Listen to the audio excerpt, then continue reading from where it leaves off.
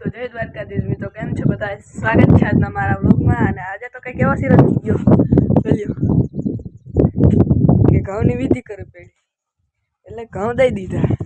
જોજો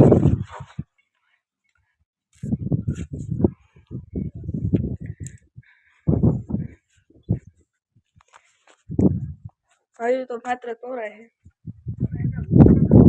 ચાલો આપણે નીચે જઈએ. પણ તું ન્યા હું કર્યો? वापी वापी के ऊपर है ना, यहाँ का फुट है अपने पास। बारह लड़की हम आवे तो इसके फुट 35 से 40 के आसपास है। ચા પીવા વળગી ગયા બધા.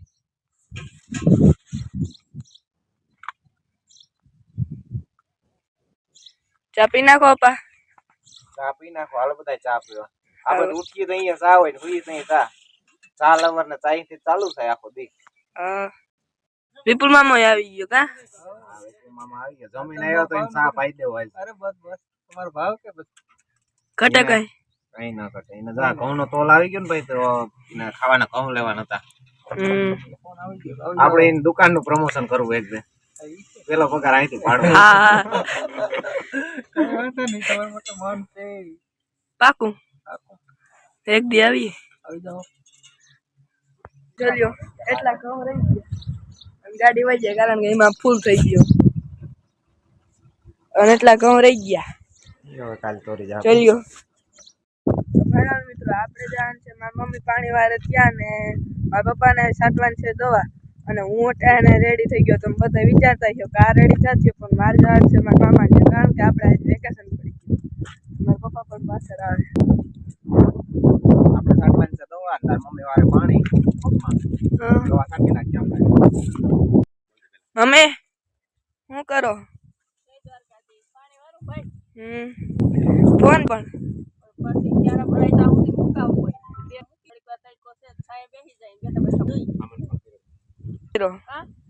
મારા મામા ને જાઉં. હા હા, તું અહીં કેરી ખાતી લાગે. કેરી ખાતી જાઓ. જો કેવો આંબા છાયા વેઠ વેઠી પાણી જો આ રહ્યું એક તૂટી ગયેલ દારખી. ઈ તો તૂટી ગઈ હતી ભાઈ. ના, તોડી લીધો છે. સાચી બોલ. થોડી તો નથી. ઘરના આંબા છે, ખાઈ લે. હા, ઘરના પાસે ખાઈ લઈ. હવે તાર મમ્મી ને ચલતી વાત થઈ ગયો, કારણ કે હવે જાણ છે આપણે મામા ને. મારો દીકરો ધ્યાન રાખજો. હા, અને હસવા દેવો. કેટલા દિન પાછો આવતો રહે? હા, કાલે જ આવતો રહે વેલેરો. પછી મને મારા છોકરા વગર હોરવે નહીં. હા, વેત ઉભરાઈ જાય. હા હો. સલકી સલકીને જાય. તો કાવ અહીં નહીં છે એવું લાગે. ફોન કરી તેડાવ લે હું કા. કેટલા વાગ્યા? મારે પાલવામાં તેડાવવાનું. પાલામાં આવવાનું. પાણી વાળા ગયા થી પાલામાં ફોન કર્યો. પાણી વાળવા ક્યાં ગયા નતો મમ્મી? તો તો રાખવા સારું વાંધો નહીં. ચલ્યો આ આપણા મગ છે. ચલ્યો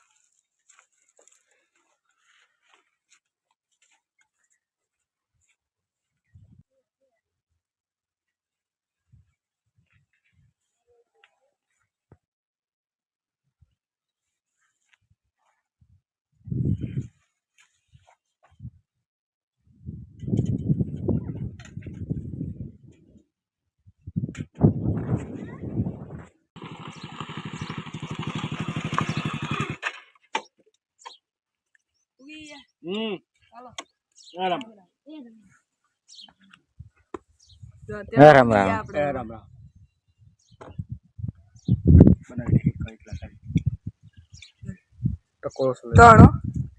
ત્રણ જાવું ને તાર મામા ને? હાલો રેડી. કયું નો તૈયાર થઈને બેઠો.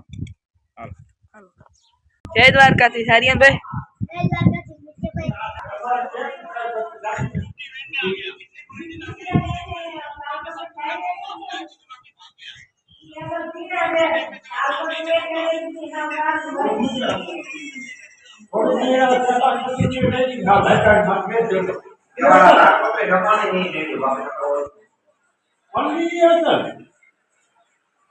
જય દ્વારકાધીશ.